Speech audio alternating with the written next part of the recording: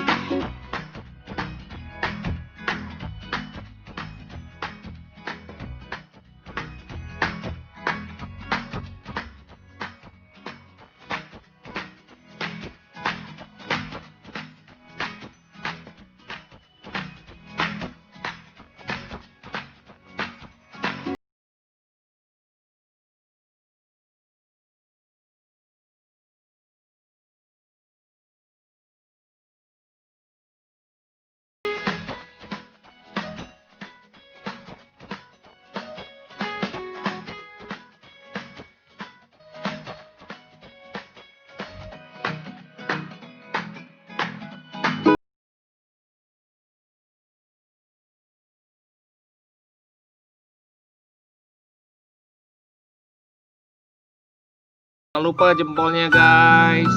Terus semakin banyak jempol, semakin like, semakin bagus. Ayo guys, tekan like-nya sekarang guys.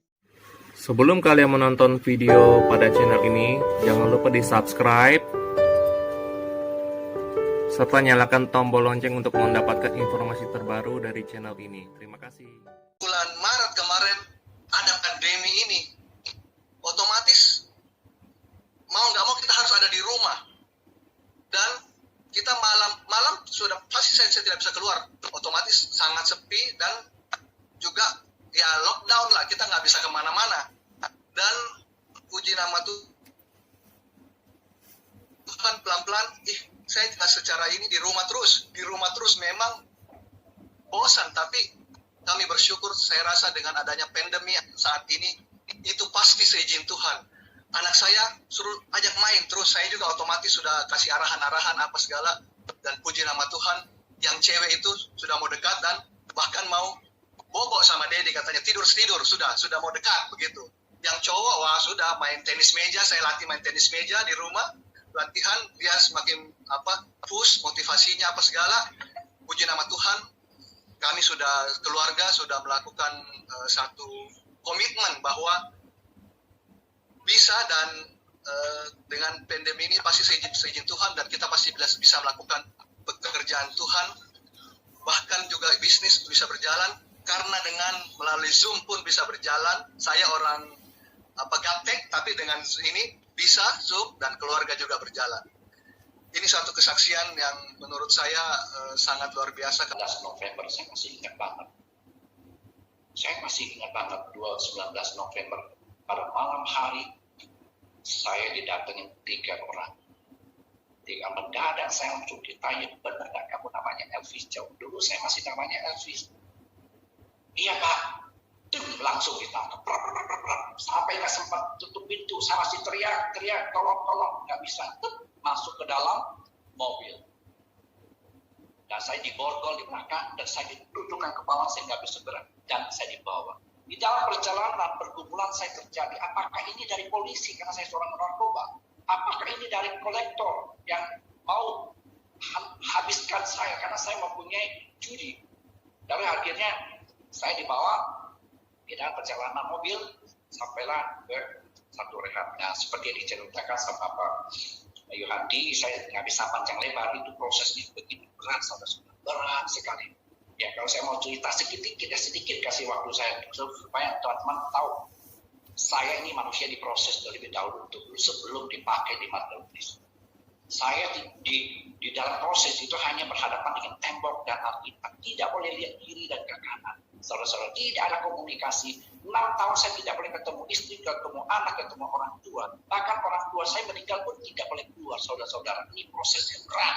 Tidur pun tidak boleh kiri dan kanan, harus hadap ke atas. Ada hukumannya semua. Dan namanya puasa itu puasa, namanya puasa Esther, puasa Daniel, puasa Yesus. Dan semua aku cobain semua.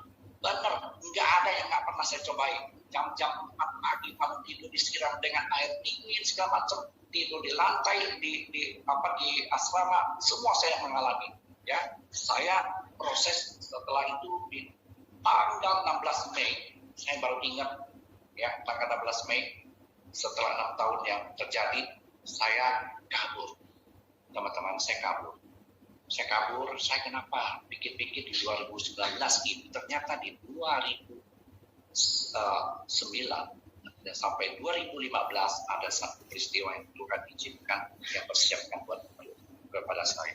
Saudara-saudara, saya keluar dari 6 tahun hanya ada tembok yang tidak boleh komunikasi. Saya itu benar-benar bego banget keluarnya.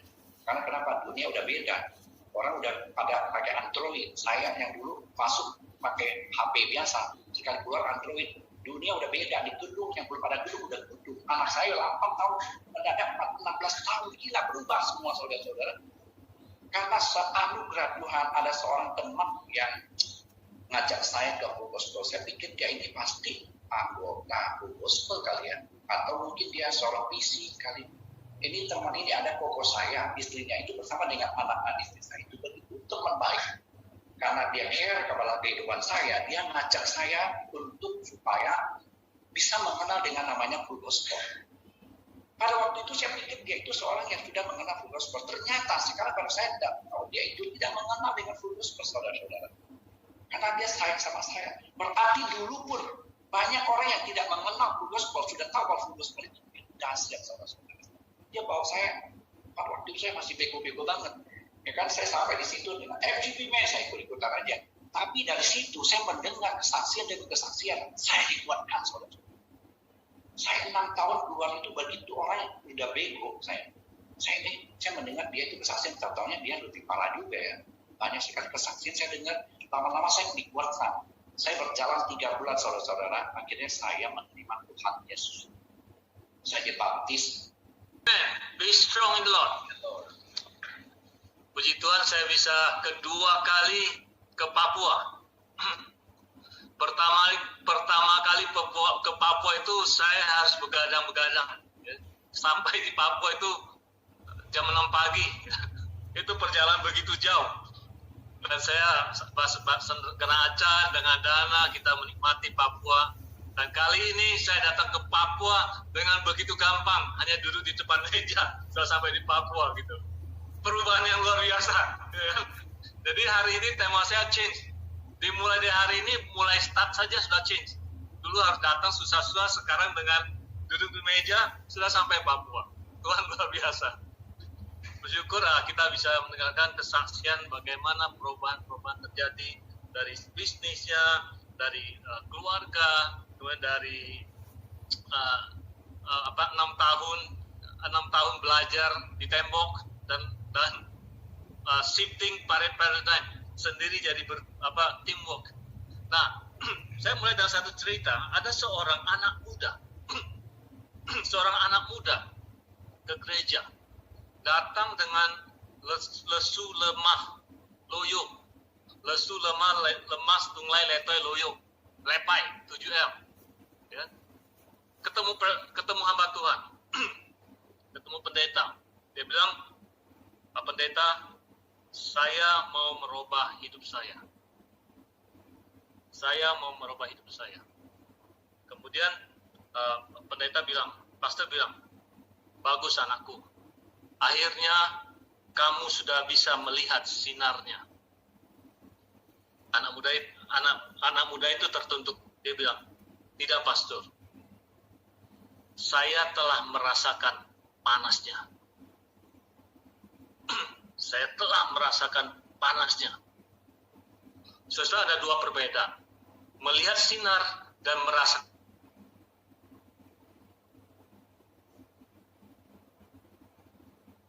panas. Merasakan bagaimana susah payahnya. Dipaksa untuk berubah. Kalau melihat sinar, artinya dia ketika melihat sinar Tuhan, ya, dia tidak harus merasakan panasnya. Dia inspired, membuat dia berubah tanpa paksaan. Jadi melihat sinar tidak usah tanpa paksaan, tetapi merasakan panas harus dengan proses yang begitu susah. Saudara, hidup ini kita sering sekali harus berubah, dipaksa berubah, dan lebih sering kita berubah karena terpaksa. Saya ulangi, dalam hidup ini kita jarang sekali berubah karena keinginan sendiri. Tetapi biasanya berubah karena terpaksa. Tadi kesaksian Brother Aseng dulu. Bagaimana dari seorang Elvis menjadi Daniel. Ya. Elvis harus mengalami hancur-hancuran, ya kan? Dikandangin. Bayangkan hanya lihat tembok dan Alkitab. Saya nggak bisa bayangkan gitu. Sebenarnya kan harus melalui proses yang begitu susah, baru dia berubah. Coba kalau Bro Aseng ini bisa ulang balik ya, kalau bisa ulang balik waktu itu, dia pasti tidak mau melewati 6 tahun itu. Dia pasti cepat-cepat berubah gitu. Nah hari ini saudara, betapa banyak dari kita, harusnya sudah berubah dalam segala sisi, tetapi kita tidak berubah karena kita bahasa Perancis yang kata aubat, gitu. Keras kepala gitu, tidak mau berubah. Nah ada satu quote berkata, when change is necessary, not to change is destructive. Ketika perubahan itu harus berubah, kalau kita tidak berubah, bencana. Ketika perubahan harus dilakukan, tidak berubah menjadi bencana. Ya, menjadi bencana. Ketika saya baru memulai bisnis saya tahun 91, 92, saya punya seorang kolik, orang yang banyak saya belajar dari dia, orang Singapura. Dia banyak mengajar saya tentang shipment, kontainer, bagaimana shifting, ganti, semua dia ajarin. Dan dia sering berkata gini, dulu itu dia orang hebat, semua shipping company ketemu dia, pasti dia minta apa kasih. Bisnisnya gede, ribuan kontainer. Cerita terus. Ya. Pada waktu saya ketemu dia itu, bisnisnya sudah down.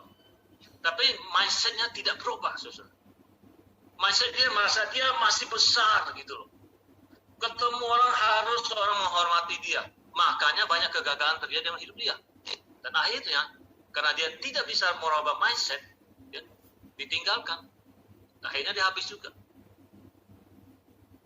Dia yang harusnya sudah berubah ketika bisnis yang besar drop, dia mentality dia berubah. Dia mengharapkan semua orang respect dia. Pada waktunya dia sudah merubah mindset dia untuk humble, tapi dia tidak berubah, bisnisnya habis. Ada seorang teman yang sangat dari pemuda kami sama-sama berangkat, sama-sama ke gereja, orang sangat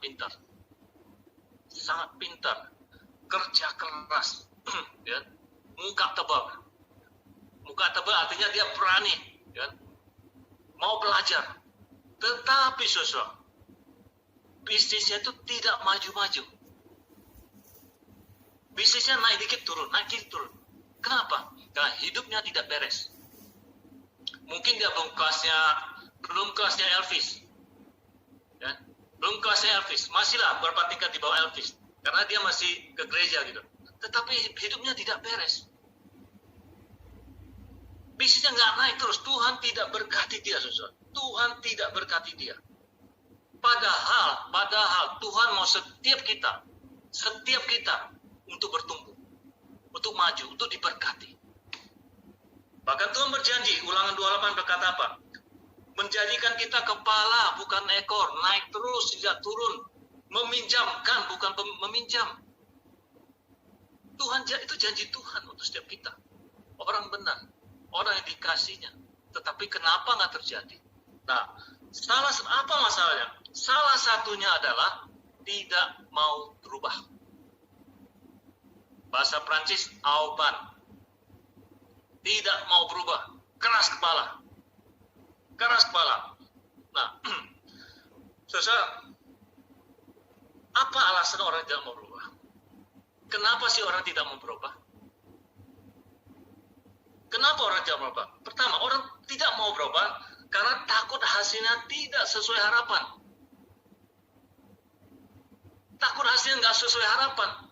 Aduh, nanti berubah malah bukan bagus, jadi jelek. Ingat cerita Musa. Ya. Musa tidak berubah. Kenapa, saudara? Dia ketika jadi pangeran saja punya power, itu pun tidak berhasil, saudara. Bahkan dikejar-kejar. Ketika Tuhan minta dia membebaskan, mana berani. Dia takut tidak sesuai harapan. Saya nggak tahu apa yang terjadi dalam hidup kita ini. Mungkin saat ini dari kita juga. Saatnya kita harus berubah, tapi kita khawatir nanti yang terjadi malah tidak sesuai harapan kita. Kedua, kenapa orang tidak berani berubah? Takut diomongin orang, saudara. Takut diomongin orang. Kalau gagal kan malu, muka tipis. Malu. Bayangkan dulu di zaman Alkitab, seorang petani, Tuhan suruh dia buat kapal besar. Petani buat kapal besar. Buatnya bukan di mana? Di atas gunung. Umurnya berapa? 500 tahun. Saudara. Tuhan suruh dia berubah seperti itu. Dia diolok-olokin, dia apa-apain gitu. Diancam, dia tetap. Bayangkan kalau dia takut diomongin orang, mungkin waktu itu sudah gak ada manusia lagi. Semua kena air bah. Seorang Nuh tidak takut diomongin orang. Sering sekali kita gak berani berubah karena takut diomongin orang. Ketiga, kenapa kita takut berubah? Karena kita sudah terlalu enak. Hidup kita sudah enak, nyaman. Ngapain saya berubah? Sudah comfort zone. Ya, bahasa kalian comfort zone. Buat apa saya berubah? Saya sudah enak. Ya. Comfort zone is the enemy of change. Comfort zone itu musuh dari perubahan. Nah, ini ada statement bagus sekali. Kita lihat. Good is the enemy of bad. Baik itu musuhnya jelek. But good is the enemy of best. Baik itu musuhnya terbaik. Saudara mengatakan, saat ini sering sekali termasuk saya sering merasa saya udah keadaan udah enak, udah baik. Padahal Tuhan mau kita apa? Tuhan mau kita baik atau terbaik? Tuhan mau Anda dan saya the best, bukan only good. Tetapi karena kita udah nyaman di posisi comfort zone, kita nggak mau berubah. Ya. Sudah enak kok, hidup sudah enak, ngapain saya berubah? Padahal Tuhan minta kita lakukan yang terbaik. Ketika itu comfort zone. Nah, comfort zone. Jadi takut tidak sesuai, takut diomongin orang, comfort zone. Ya. Di zona nyaman. Nah, ada satu survei yang dilakukan oleh seorang namanya Howard Hendricks. Howard Hendricks adalah seorang profesor dari Dallas Theological Seminary. Orang yang sangat ini. Dia melakukan survei dan dia menemukan 5 jenis manusia di dalam menghadapi perubahan. Jenis pertama, orang yang berubah karena satu orang. Mungkin mentornya, mungkin orang yang sangat dihormati. Dia berubah karena seseorang. Ada 13,4%. Ada 13, berubah karena seseorang. Tipe kedua, orang yang berubah karena sekelilingnya berubah, teman-temannya berubah, dia ikut-ikutan berubah. Ada 34%. Tipe ketiga, orang yang berubah karena terpaksa. Karena terpaksa harus berubah, ada 34%. Seperti Mr. Elvis jadi Daniel. Terpaksa atau buat daripada ini. Ya? 34%. Tipe keempat, apapun yang terjadi, dia tetap tidak mau berubah. Apapun terjadi, bocai, dia tetap tidak mau berubah. Ada 16%. Saya ketika baca ini, kok ada ya orang yang tidak udah terpaksa pun tidak mau berubah. Ternyata ada loh. Saya pernah ketemu teman satu, umurnya sudah cukup senior, ya, sakit lagi, dan sudah sakit dia makan makanan yang justru membahayakan sakitnya. Saya tanya, kenapa lu nggak mau berubah? Lu kok makan ini kan penyakit nggak sembuh-sembuh. Dia bilang, Rudi, saya hidupnya sudah enak, gitu. Saya paling tinggal berapa tahun lah, gitu. Belum tentu saya nggak makan, saya bisa perpanjang. Lebih baik saya makan aja lah, nggak apa-apa. Tidak mau berubah, apapun jadi tidak mau berubah. Semoga tidak ada di tempat ini. Ada 16%. Tipe kelima, orang yang berubah karena ide sendiri. Atau Tuhan bicara sama dia, bukan orang lain. Hanya 2,6%. Coba bayangkan, 90% lebih orang yang berubah karena orang lain atau tidak terpaksa, atau tidak mau berubah. Hanya 2,6% yang berubah karena Tuhan kasih iman atau ada ide. Saya nggak tahu. Where are we right now? Apakah kita yang berubah karena ide sendiri? Karena mentor kita, orang kita hormati? Atau karena sekeliling kita berubah? Atau karena terpaksa berubah? Yang terakhir jangan karena apapun yang terjadi tidak mau berubah. Mengerikan saudara, hanya 2,6% berubah karena ide-ide baru. Nah,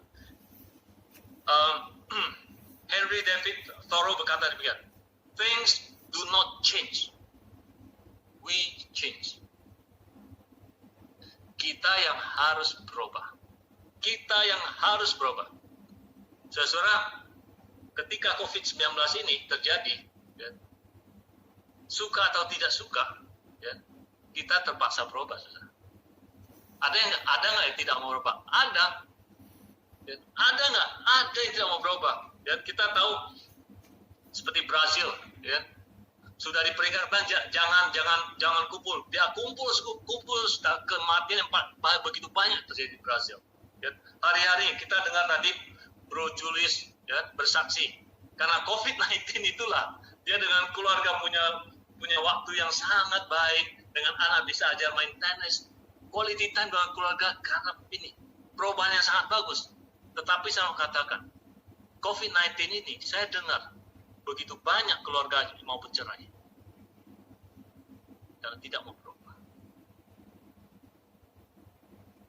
Bisnis, siapa bilang COVID-19 ini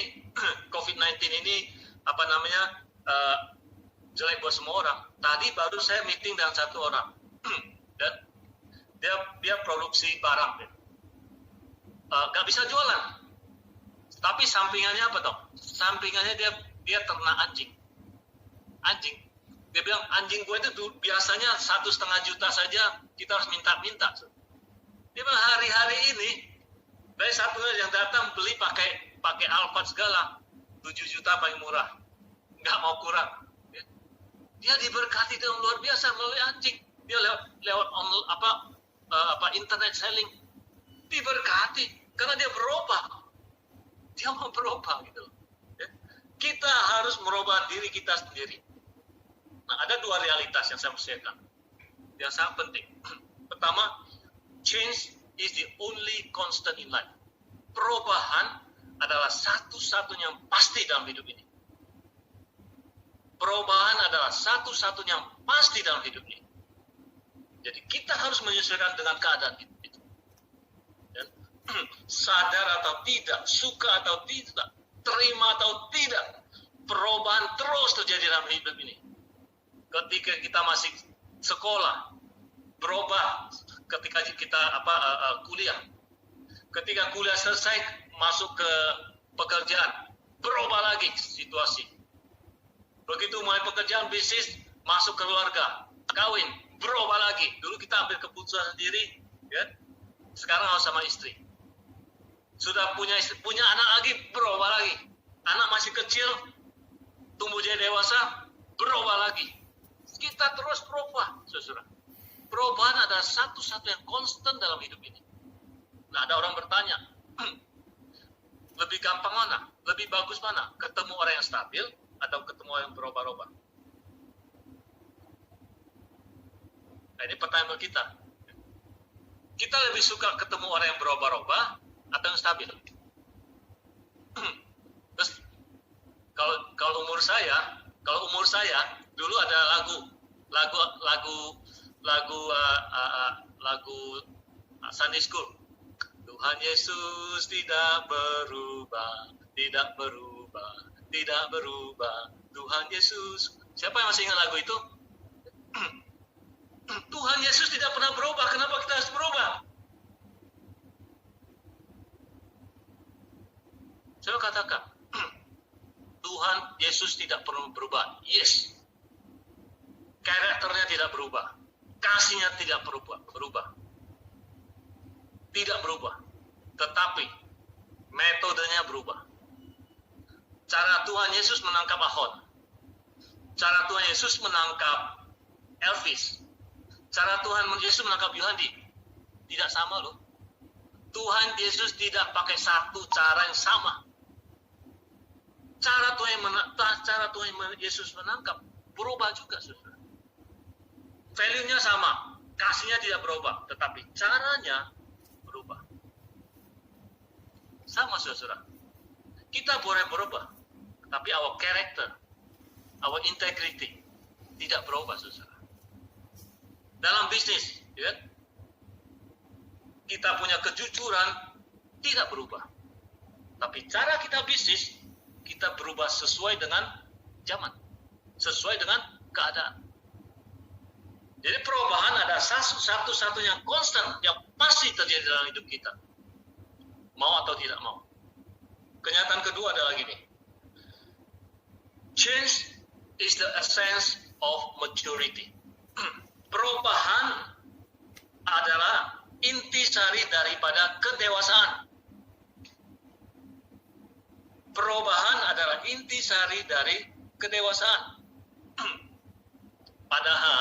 Padahal semakin kita berumur, semakin gampang atau susah berubah? Semakin susah, saudara. Semakin susah. Semakin berumur, semakin susah berubah. Hari ini saya 54-55, ya, mau berubah susah gitu. Susah. Tapi dikatakan perubahan adalah intisari daripada kedewasaan. Saya berkata, kedewasaan tidak ditentukan oleh usia. Saya ulangi, kedewasaan tidak ditentukan oleh usia. Tetapi kedewasaan ditentukan oleh apa? Kemampuan untuk menerima tanggung jawab. Saya ulangi, kedewasaan tidak ditentukan oleh usia, tetapi kemampuan untuk menerima tanggung jawab. Apa bedanya tua dan dewasa? Menjadi tua adalah proses alami manusia. Menjadi dewasa adalah proses pilihan manusia. Lagi, menjadi tua proses alami, tetapi menjadi dewasa pilihan Anda dan saya, saudara. So, coba kita supaya inilah ada kita lebih sedikit ini ya, relax sedikit. Saya lihat muka agak tegang sedikit. Kita baca satu ayat yuk. Kita baca satu ayat. Tolong bacakan 1 Korintus 13 ayat 11.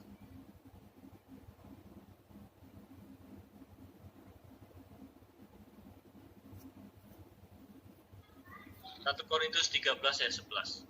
Oke, saya bacakan ya Pak Rudi. 1 Korintus 13 ayat 11. Ketika aku kanak-kanak, aku berkata-kata seperti kanak-kanak. Aku merasa seperti kanak-kanak.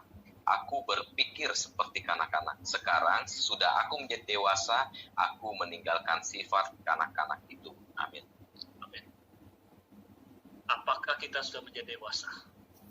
Atau kita hanya tambah umur?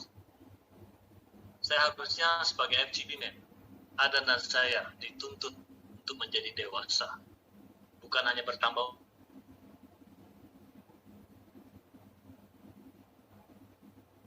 umur, tetapi Saya beberapa waktu lalu ditanya gitu. Dia punya masalah ya, menghadapi orang tuanya. Ya. Menurut dia tidak dewasa. Ya. Ribut terus dalam bisnis sama-sama. Ribut terus. Ya. Tanya saya bagaimana? Ya. Bagaimana? Kan katanya harus berubah. Tapi ribut terus bagaimana gitu loh. Mas saya katakan, jangan merubah orang lain. Robahlah diri sendiri. Ketika kita robah diri sendiri, orang lain akan suka atau akan berubah juga. Jangan mencoba merubah orang lain. Robahlah diri kita sendiri. Kalau Anda mau orang lain jadi baik, jangan merubah dia. Robah diri kita sendiri. Saya melihat banyak kesaksian ya. Banyak kesaksian bagaimana suami atau istri dimenangkan. Bukan karena perkataannya, tetapi perubahan karakternya yang membuat suami atau istri berubah. Ya. Dari seorang Elvis bisa jadi Daniel. Ya kan? Dia melihat apa? Salah satunya kalau dia melihat istrinya. Dengan terus ya. Tidak terus mendoakan, itu membuat perubahan. Hari ini saya katakan, apapun yang kita alami saat ini, ya, menghadapi orang susah, do not try to change them, but berubahlah diri kita sendiri. Oke. Saya percepat aja. Bagaimana kita bisa berubah? Ada 3 hal. AAC supaya gampang. Evaluate, embrace, and courage. Pertama, untuk berubah, kita harus evaluasi atau introspeksi. Saya nggak tahu, dari kita ini suka nggak evaluasi kita di diri kita sendiri? Pernah nggak kita setiap setahun sekali kita sit down, menganalisa where are we right now? Di mana hari ini saya? Apakah saya on the track? Apakah saya on schedule? Atau saya sudah melenceng?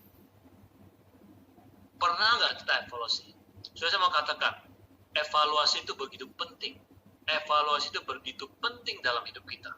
Kita perlu lihat, sepertinya kita ada di mana sih? Perusahaan, kenapa perusahaan selalu ada report? Ya? Selalu ada report untuk membandingkan, apakah kita sudah benar atau enggak? Sama sudah katakan. Kita perlu evaluasi. Dalam bisnis kita, apakah bisnis saya berkembang atau tidak? Di mana saya berada?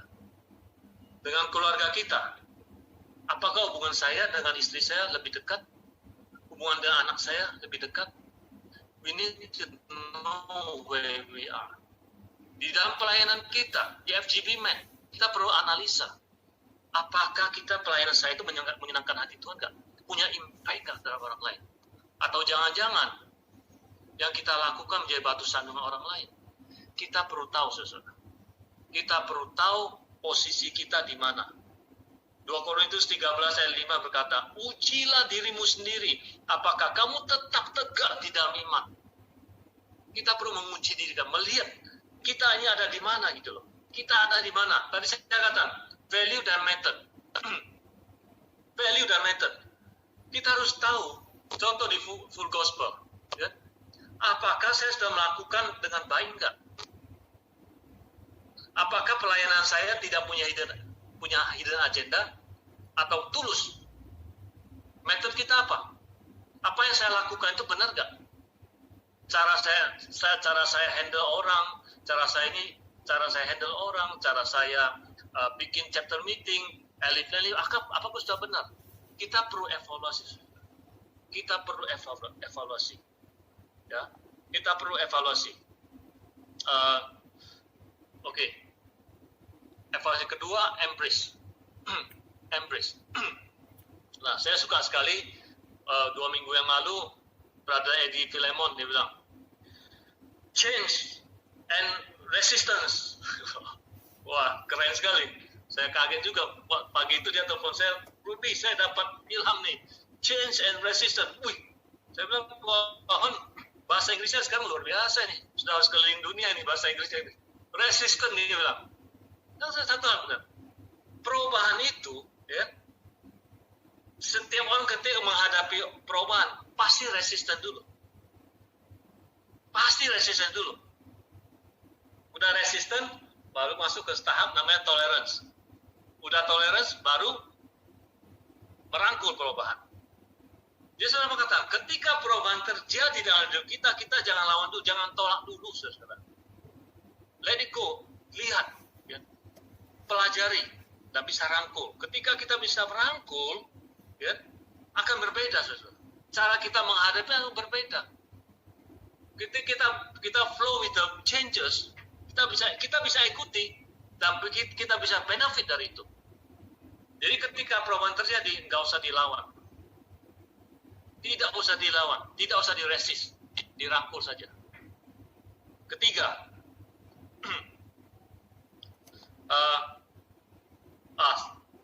bagaimana? Untuk merangkul kita perlu apa? Kita perlu humble. Kita perlu humble, orang yang rendah hati. Orang yang tinggi hati susah untuk berubah karena merasa dia benar. Orang yang mau embrace perubahan, dia perlu apa? Dia perlu taat. Dia perlu taat. Minggu lalu saya sangat diberkati oleh pembicara kita David Cokro. Dia bilang apa? Ketika dia bisnis di New York, bisnisnya sangat bagus, ya, sangat enak, udah comfort zone, udah enak. Di dalam satu camp, Tuhan minta dia serahkan bisnisnya kepada anak buahnya dan balik ke Indonesia. Soalnya saya bayangkan, dia udah enak di New York, udah semuanya settle, ya. Dia harus melepaskan, dan dia lakukan. Tuhan bilang apa ke dia? Kasih orang itu gratis. Dan dia taat, susah. Dia jual dengan harga yang sangat murah, cicil. Dia tinggalkan bisnis, dia balik ke Indonesia. Karena perubahan itulah, hari ini dia menjadi investor salah satu yang sangat sukses sekali. Dia merangkul perubahan. Dia taat dengan Tuhan. Nah, terakhir, courage. Kita sudah kita evaluasi, kita rangkul, tapi berani nggak kita berubah?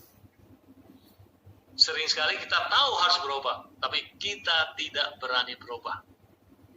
Kita harus punya keberanian untuk berubah, saudara. Untuk berubah, gitu. Jim Rohn berkata, your life does not get better by chance only. Hidupmu tidak menjadi lebih baik karena kesempatan saja, but by change.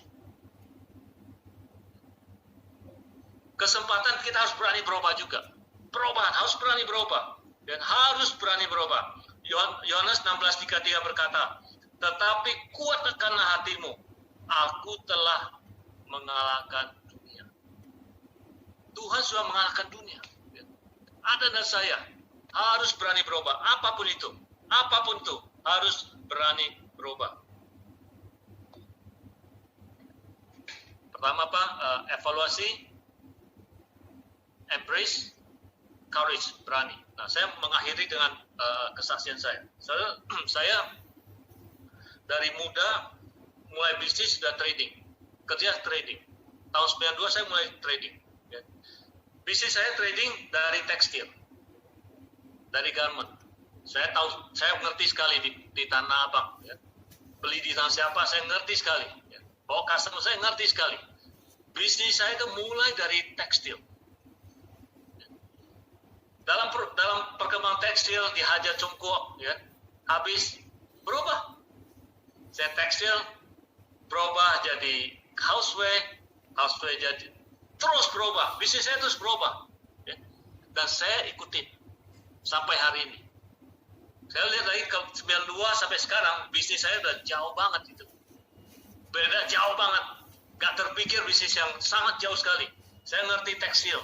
Bahannya apa, benangnya apa, saya ngerti semua. Tetapi hari ini yang saya lakukan udah jauh sekali berbeda. Kalau saya ngotot tetap di tekstil, mungkin bisa. Tetapi Saya mungkin tidak seperti ini. Ya. Customer saya dulu dari Filipina, Asia, bisa ke Amerika, ke Eropa, ke Afrika, balik lagi ke Asia. Saudara, kalau saya tetap ngotot satu tempat, ya, nggak mungkin saya ada hari ini. Saya berubah sesuai dengan keadaan. Hari ini, saudara, kita harus berani berubah. Kita harus berani berubah. Berubah karena melihat sinarnya, bukan merasakan panasnya. Berubah karena kita mau berubah, bukan karena terpaksa berubah. FGB man, Be strong. be strong in the Lord.